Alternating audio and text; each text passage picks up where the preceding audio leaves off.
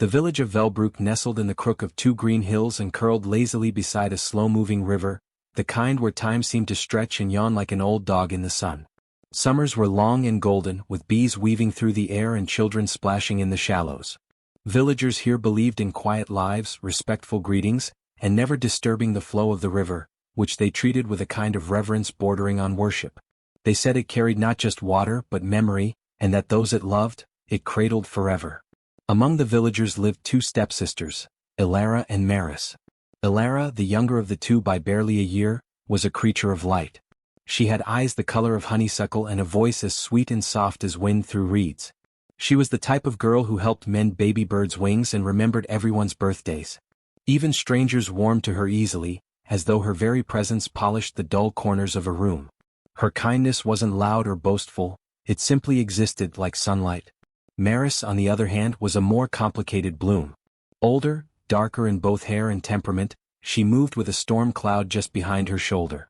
She had her own kind of beauty, sharp and intense, but where Ilara charmed without trying, Maris always felt she had to fight to be seen. Their father, Ilara's stepfather, was a gruff, quiet man rarely home from his long hunting trips. Maris's mother, Ilara's stepmother, had died when she was young, leaving the girls to be raised by Ilara's warm and affectionate mother, Miriam. That imbalance festered in Maris's heart. Miriam loved Maris dearly, but it was clear Ilara was her sun and moon.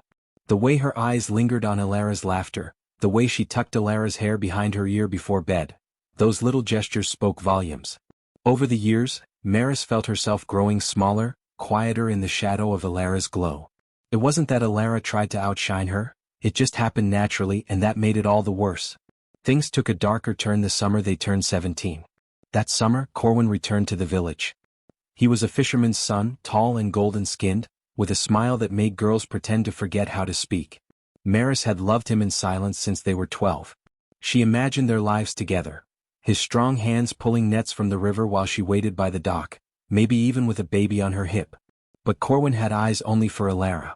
At the midsummer fair, he brought her a crown of river flowers and danced with her until dusk. Maris watched from a distance, fingers clenched around the edge of a cider cup, her nails digging crescents into the wood. That night, she wept silently, tears burning against a pillow she refused to cry into. From then on, everything Ilara did seemed like a deliberate offense. When she laughed it felt mocking. When she sang it sounded smug. Maris began to believe that Ilara had always been quietly taking everything Maris wanted. Her mother's love, the villagers' attention, and now Corwin. The resentment bloomed like rot inside her. One evening, just as the sun dipped low and turned the river to bronze, the two girls walked along the bank after supper. Miriam had asked them to gather herbs from the marshy edges. They barely spoke. "I didn't mean to upset you," Ilara said gently, breaking the silence. She tucked her hair behind her ear the way her mother always did. "You never mean to," Maris snapped, voice brittle. "You just do." Ilara blinked. "Is this about Corwin?" Maris didn't answer, but her hands balled into fists. "He's kind," Ilara continued, unaware of the storm brewing beside her. "But he's just a boy. Nothing to fight about." But Maris was no longer listening. Her rage had taken hold like a fever. Something snapped in her then, not just anger but years of accumulated pain, envy and silence. What exactly happened next would become a matter of rumor and fear. Later that night, Miriam would ask where Ilara had gone. Maris would say she lost sight of her in the fog rising off the river. The villagers would search with torches and dogs, calling her name into the dark. But Ilara never returned. And the river, silent as always, kept its secrets well. The day of the drowning dawned warm and golden, the kind of summer morning that might have been carved from a storybook. But for Maris, it brought only a churning in her chest, a pressure that had grown unbearable. The village buzzed with lazy happiness, children splashing in the shallows, women hanging linens under the sun, but Maris felt none of it. The world had turned soft and kind for everyone but her. She hadn't slept much the night before. Every time she closed her eyes, she saw Corwin placing that ring of flowers on Ilara's head, saw Ilara blushing and laughing like she hadn't a care in the world. It wasn't just the boy. It was everything. Her mother's soft touches that never reached Maris. The way villagers spoke of Ilara like she was made of starlight. The fact that no matter what Maris did, how she helped in the fields, how she tried to please, she was never quite enough. And this morning, Corwin had come again asking for Ilara. Maris stood in the kitchen doorway, watching as Alara twisted a strand of hair around her finger and smiled coyly. "Maybe I'll come down by the docks later," she said, her voice a melody. Corwin smiled, then glanced at Maris. "Good morning," he offered, polite and distant, before turning back to Alara. Something broke then. Maris didn't speak. She merely turned and left, the wooden door swinging behind her like a verdict. Later that afternoon, Miriam asked the girls to fetch herbs from the edge of the riverbank. The family stores were running low, and Maris saw her chance, not clearly, not consciously, but as a shadowy thought that curled and whispered behind her eyes. Alara didn't question the task. She was humming as they walked, a basket swinging from her arm. The sun filtered through the trees, dappling her hair with gold. Maris followed behind, her own basket empty, fingers twitching. When they reached the river's bend, the one where the trees gave way to reeds and slick, moss-covered stones, Alara knelt down to gather watermint. The breeze tugged at her skirt. Dragonflies darted between the stems. Maris stood above her, looking down, not at the herbs but at Alara's neck, so soft, so unguarded. "Alara," she said. Her stepsister looked up, smiling. "Yes. You always get everything." Maris's voice came out lower than she expected, trembling. "Everything just falls into your lap." Alara tilted her head, confused. "Maris, what are you talking about?" Maris stepped closer. Her heart was thundering, and her vision blurred with heat and emotion. "You don't even try. You just exist and people love you. They never look at me the way they look at you. Not even my own," she choked on the word mother, unsure if she could even claim it. Alara stood slowly, brow furrowed. "This isn't true. Don't lie to me." Maris snapped, her voice cracking. "You took Corwin too." Alara opened her mouth, then closed it. A gust of wind passed between them. The basket at her feet rolled slightly on the grass. "I never tried to take him," she said at last, quiet and earnest. "I don't want to hurt you. But it wasn't enough. Not now. Not after years of watching, wanting, and never having. Not after being the second daughter, the shadow, the thorn." Maris stepped forward and shoved. It wasn't hard. Alara stumbled on the slick edge of the bank, arms flailing. She hit the water with a splash and scream, floundering. The river here wasn't deep, but it was treacherous. Beneath the surface, weeds tangled like hungry fingers, and the current, though lazy on top, pulled strangely beneath. "Maris!" Alara cried, spitting water. "Help. Please." Maris stood on the edge, breathless, stunned at her own actions. Her hands shook. She had expected Alara to catch herself, to scream and then laugh. But the panic in her voice was real. "Maris, help me." Her eyes locked on Alara's face, half submerged, struggling, gasping. For a brief moment, Maris stepped forward. Her foot hit the stone. She could still reach her, still grab her wrist, still pull her back into the sun. But she didn't. Something in her refused to move. A second passed. Then another. Alara's mouth opened again. A gurgle escaped. Her eyes wide, pleading. Then stillness. The ripples faded. A single bubble rose and popped. And Alara was gone. Maris stood in shocked silence, her own breath rasping. The river looked so calm, so untouched. A bird chirped overhead as though nothing had happened. She stumbled back, dropped her basket, and ran. Her feet pounded the path home, her breath tearing through her throat. Thoughts screamed in her skull. What have you done? What have you done? By the time she reached the cottage, she had a story. Half-formed, clumsy, but believable enough. She slipped, she gasped to Miriam. She fell. I tried to reach her but... Miriam's eyes went wide with horror, and then the house was full of panic. Torches were lit. Neighbors called for Alara, combing the banks with nets and lanterns. Maris stood near the hearth, numb, watching it all as though from a distance. The river gave no answer. And though she scrubbed her hands raw that night, they still smelled of moss, and her ears still echoed with the sound of Alara's name being shouted into the dark. The morning after Alara vanished, a hush fell over Velbrook like a veil of fog. The riverbank, once lively with chatter and the splashing of barefoot children, sat eerily still. Villagers whispered in corners, their eyes darting to the water's edge. No one wanted to say what they feared, but everyone felt it. The river had taken something precious. They searched for 3 days. Nets dragged the muddy bottom, boats glided silently over the surface, and dogs sniffed the air, howling when they reached the place where Alara had last been seen. But there was no body. The river, wide and winding, had swallowed its secret and flowed on, indifferent. Miriam, Alara's mother, did not cry at first.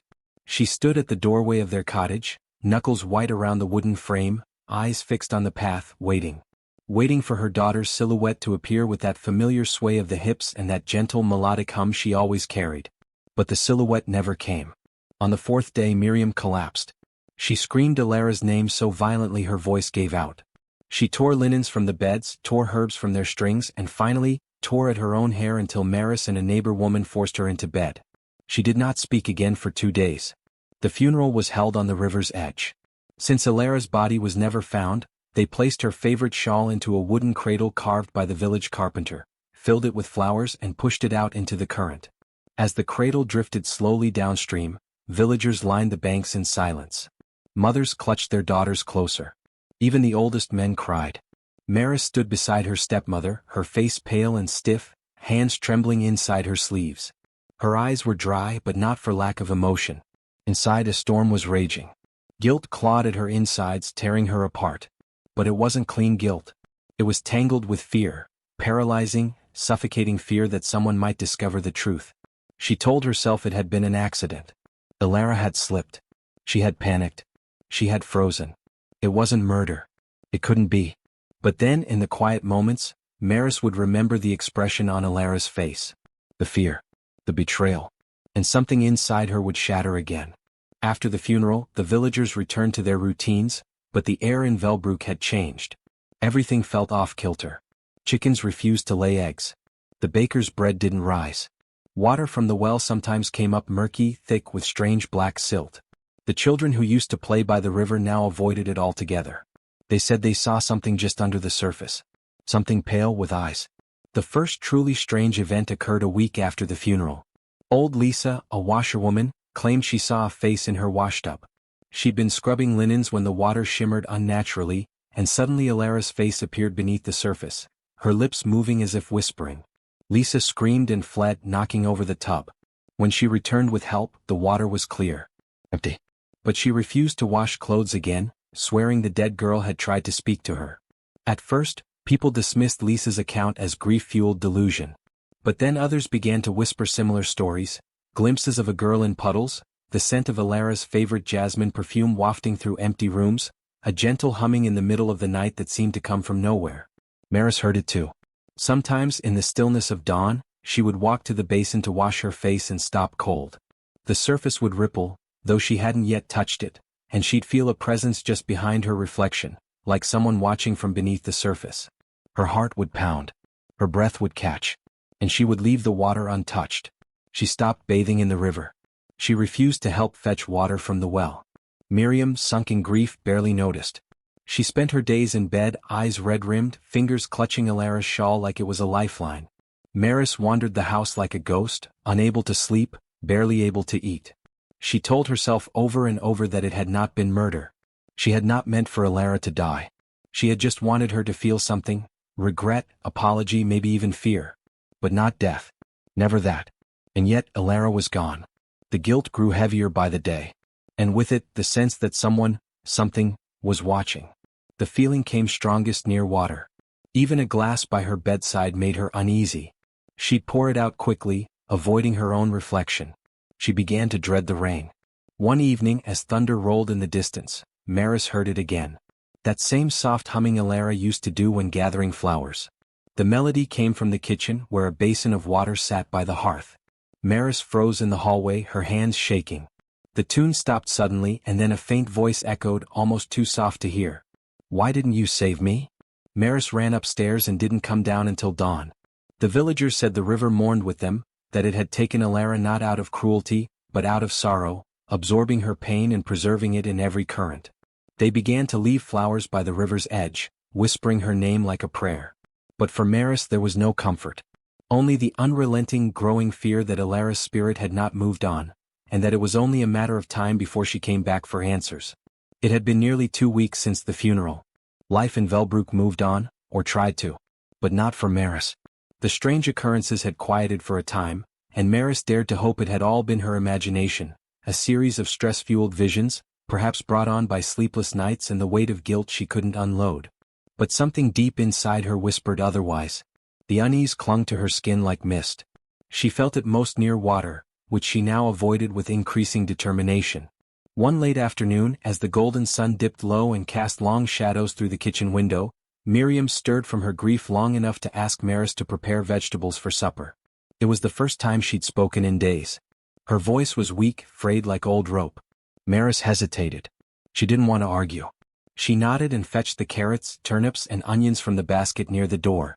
She brought out the copper pot, filled it halfway with water from the well, and placed it on the worn wooden table. The knife lay beside it, its handle smoothed from years of use. She worked in silence, peeling with quick, jerky movements.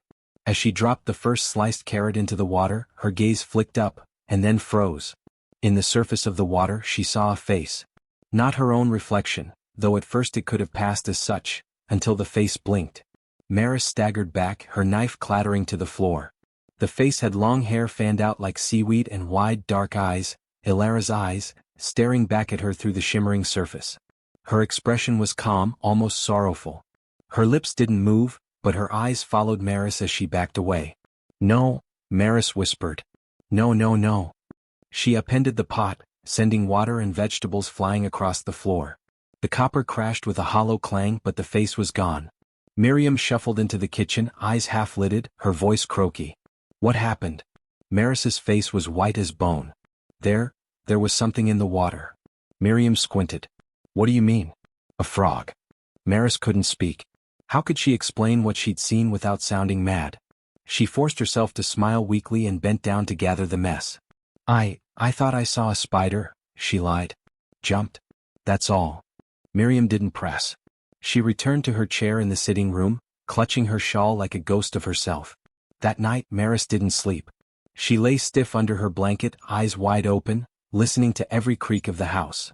She could feel the memory of the reflection, branded into her vision. Her mind replayed it over and over, those eyes so alive and so dead, watching her from beneath the water. Was it guilt playing tricks on her? A hallucination? She had barely eaten in days and sleep came only in fragments, filled with nightmares. Still, something about the encounter felt real, too real. The next day, Maris refused to wash the breakfast dishes. She claimed her hands were sore from peeling. She drank only from the old wooden cup her mother once carved, the one that never held water but was used for dry grains. She began to avoid the well altogether, asking Miriam to fetch the water instead. The older woman, lost in her own fog of grief, didn't question it. But Maris's terror deepened. Each time she passed by water, a puddle after rain, a sheen on a kettle lid, even dew collecting in flower petals, she would avert her gaze. She began walking through the village with her head down, avoiding reflective surfaces. She covered the kitchen basin with a cloth and pretended it wasn't there. But the visions didn't stop. On the third day, she caught a glimpse of Ilara's face again, in the reflection of the rainwater gathered on a windowsill. This time the face was closer. Clear.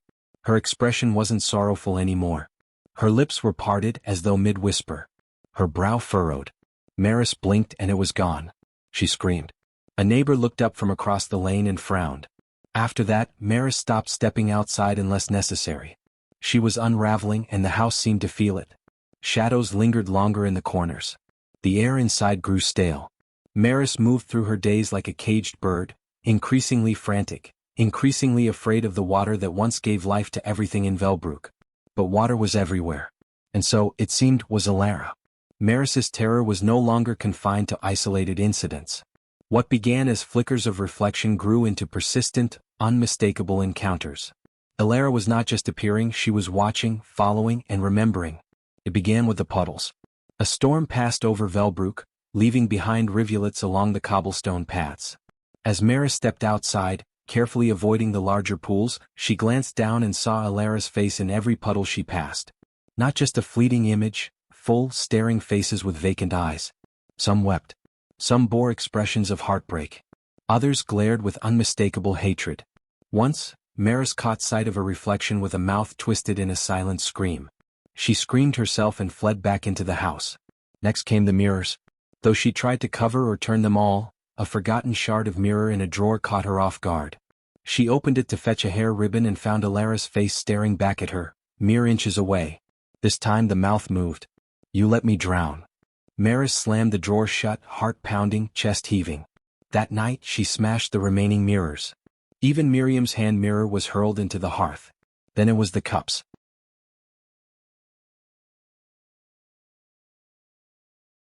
While trying to sip from a simple wooden goblet, she looked down, and there were those eyes again just beneath the surface.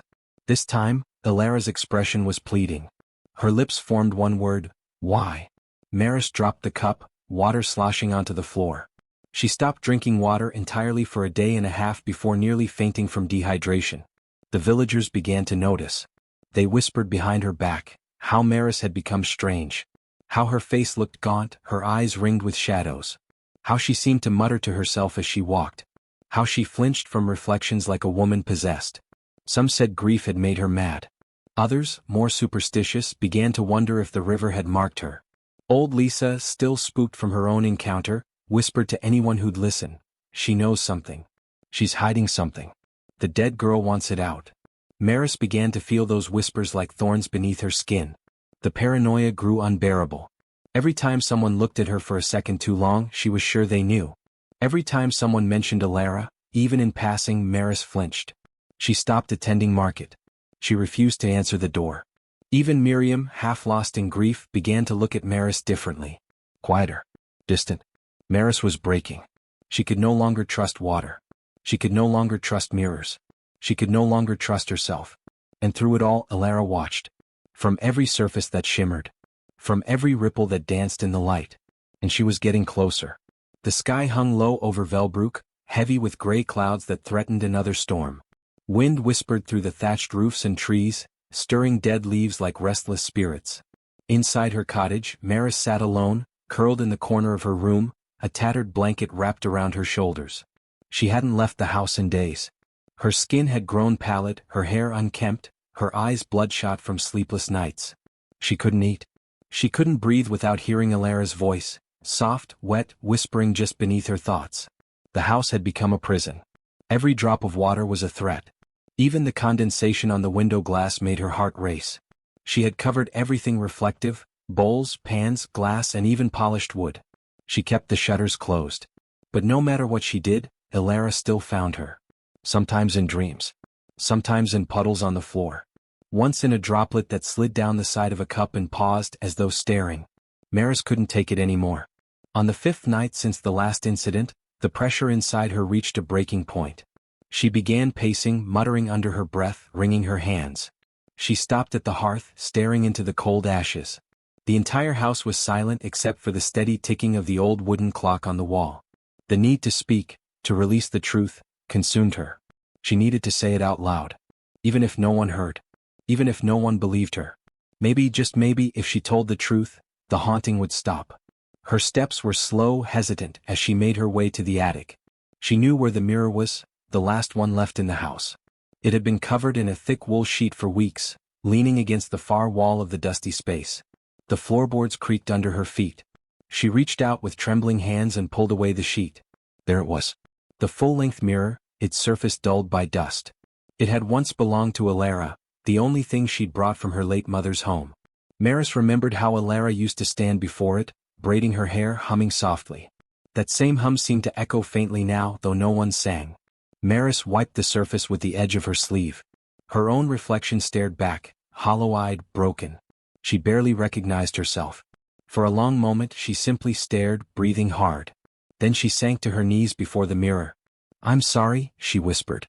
Her voice cracked from disuse. "Ilara, I'm sorry." The mirror rippled, almost imperceptibly. "I didn't mean for it to happen," she continued, pressing her palms against the frame. "It was a moment of anger. I was jealous, yes I was, but I didn't want you to die. I only wanted you to stop making me feel invisible." The air grew colder. "I hated how everyone loved you," she sobbed. "Even Mother loved you more. And Dorian, he never looked at me the way he looked at you. You were perfect. You were everything I could never be. And I just wanted to make you feel what I felt." A tear slid down her cheek. She didn't wipe it away. "I pushed you. But you slipped. You hit your head. And when you cried out, when you begged, I should have helped. I should have saved you. But I was frozen. I was angry. And then you were gone." The mirror shimmered. She leaned forward, whispering, "Please, forgive me." The reflection changed.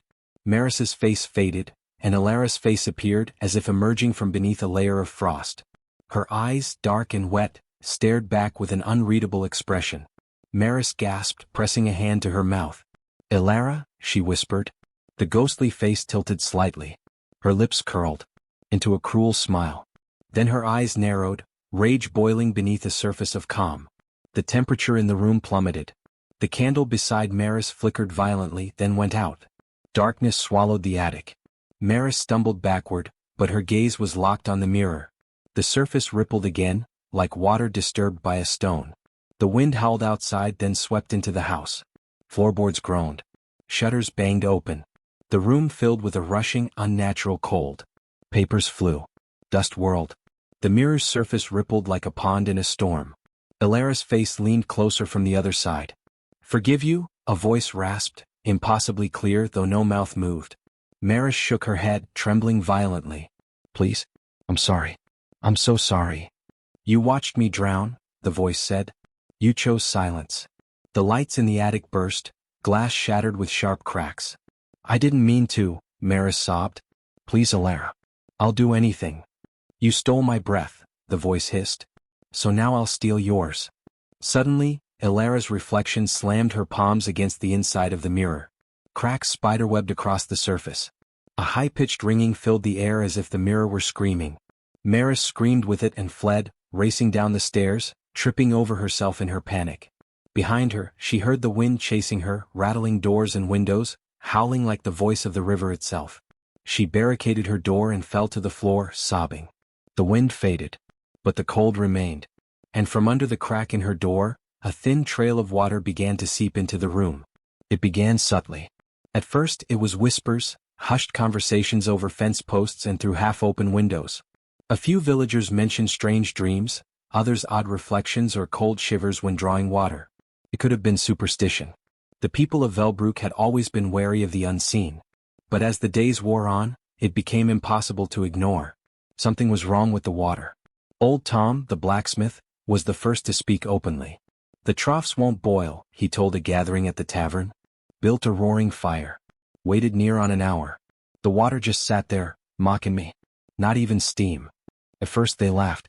Until Greta, the innkeeper's wife, said her kettle had done the same. Tried to make broth. It just wouldn't heat. And when I looked in, I could swear I saw something moving at the bottom. The room fell quiet. More stories followed. Reflections in barrels that rippled on their own. Faces glimpsed in wash basins. A child who swore the well whispered to him in the voice of a girl. A fisherman who dropped his pail in the stream and claimed the water pulled it under. Even animals refused to drink. Cattle lowed in fear at the watering troughs, dogs snarled at puddles, cats yowled when bathed. The villagers began to murmur Ilara's name. Though no one said it directly, at first, everyone remembered the sweet girl who drowned just weeks before. Her death had been tragic, sudden. And Maris's strange behavior afterward had not gone unnoticed. Her isolation. Her screams in the night. The way she flinched from even a cup of tea. Some began to draw connections. Maybe she was cursed, someone whispered at market. "No," said old Lisa grimly, "maybe she cursed us."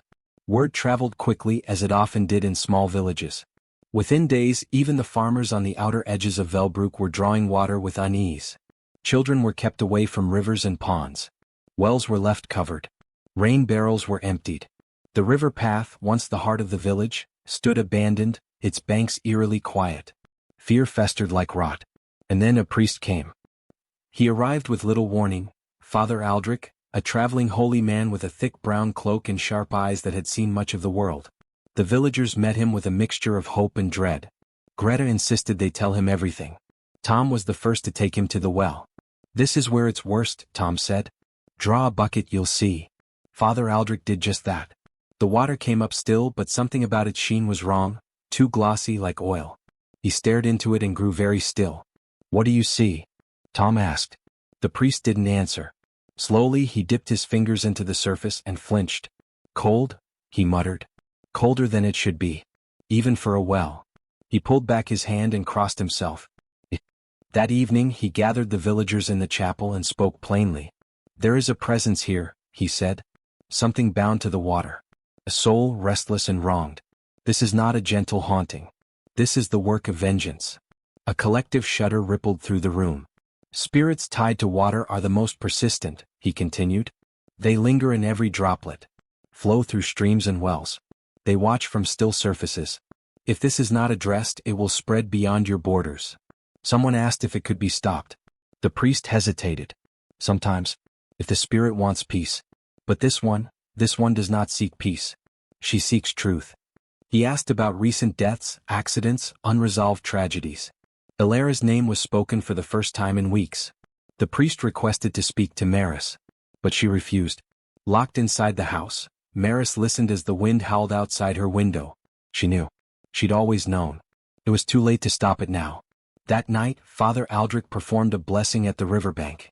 He sprinkled holy oil, murmured prayers in Latin. The villagers watched from a safe distance. For a moment, the wind died, the water went still. Then something happened. The river bubbled. The priest's candle blew out, though there was no breeze. And from the surface of the river, a scream echoed, a girl's scream, high-pitched, mournful, and full of rage. The water exploded upward, soaking the priest and knocking him back. The villagers fled.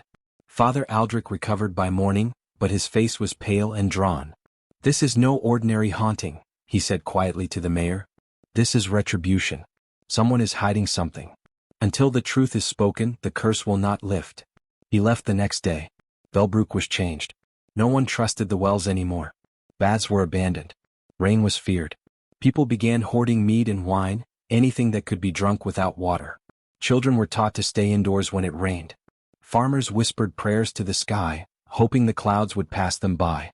The water was now cursed. And deep beneath it, Ilara stirred, watching. Waiting. For justice. For truth. For Maris. Father Aldrich returned 2 weeks later. His expression graver than before, his robes stained from travel, his satchel filled with sacred texts, dried herbs, and relics meant for a final act of spiritual confrontation. The villagers welcomed him with wide eyes and hushed reverence. Velbrook was now a place of silence and superstition, the sound of running water evoking fear rather than comfort. Aldrich announced he would perform a revelation rite, an old and dangerous ritual, meant to force a spirit into revealing its truth. He explained that Ilara's soul was bound to the elements, particularly the water that now plagued the village. Only by showing all present the truth of her final moments could the balance be restored. The ritual was held at dusk by the river where Ilara had died. Dozens gathered in tense silence. Maris stood apart, shivering, her face pale as ash. She hadn't eaten in days and barely spoke, yet something compelled her to attend, perhaps guilt, perhaps a hope for forgiveness. Father Aldrich traced sacred symbols on the riverbank with chalk, lit incense, and chanted in a language lost to most. He poured consecrated oil into a shallow basin of river water and raised it above his head. Then the water began to shimmer. The air turned cold. In the basin, a scene appeared, visible to all, a moving reflection of the past. They saw Ilara alive and crying. They heard the argument. Saw Maris push her, then hesitate, then watch. Ilara's hands reached out, her lips begged. But Maris turned away. The basin cracked. The water inside hissed and boiled before stilling completely. No one spoke. Maris looked up and saw them all watching her, every eye wide with horror, betrayal, and disbelief. Her mother covered her mouth, sobbing. Old Tom stepped forward, fists clenched. Maris fled. She turned and ran past the trees into the forest where no path led. She didn't look back. No one followed. From that day on, Maris was never seen again. In time, the villagers reclaimed the riverbank, though they never fully trusted it. To honor Ilara, and to appease the spirit they now respected and feared, they built a shrine, a stone carving of a girl with downcast eyes, hands folded in prayer. Offerings of flowers, coins, and floating candles were left regularly.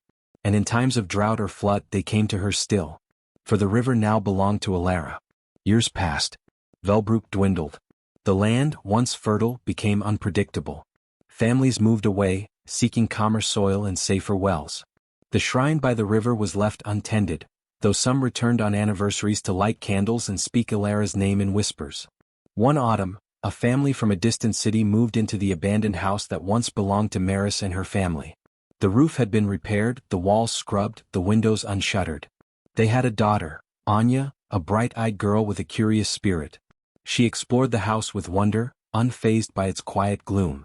She played in the attic, rolled marbles across the warped floorboards, and danced in the evening sunbeams. One morning, while helping her mother prepare breakfast, Anya was asked to wash the berries in a large ceramic bowl. She fetched water from the nearby well, humming as she worked. Then she looked down. The water trembled. Beneath the ripples, a face formed, a pale face framed by long dark hair, eyes open and staring. Lips parted just enough to whisper something unheard. Anya froze. The face blinked. She screamed. Her mother rushed in, but the water was calm, clear, empty. Later, Anya refused to go near the bowl. She spoke of the girl in the water, and how her eyes looked sad, but her mouth smiled like she knew something. That night, rain began to fall. Soft at first, then steady, then relentless. Time has always moved on. Velbrook became a ghost village, its population scattered, its fields overgrown.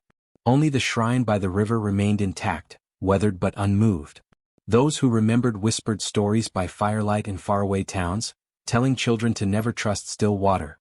Ilara's story became a legend. They said she had been beautiful and kind. That she died too young, betrayed by blood. That her soul had clung to water like a memory etched in stone.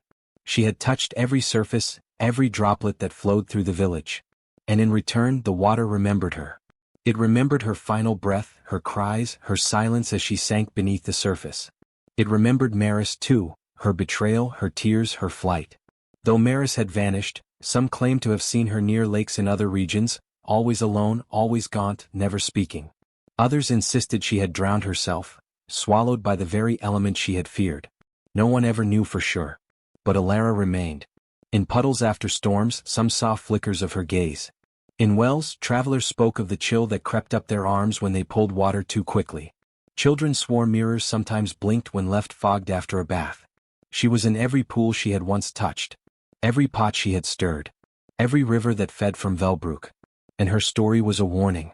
A tale passed on from lips to ears: do no harm to the innocent. For water may forgive, but it never forgets. And in one final house, far away, a woman poured herself a cup of tea on a quiet, rainy afternoon. She lifted it to her lips. And paused. There, just beneath the surface, two eyes opened.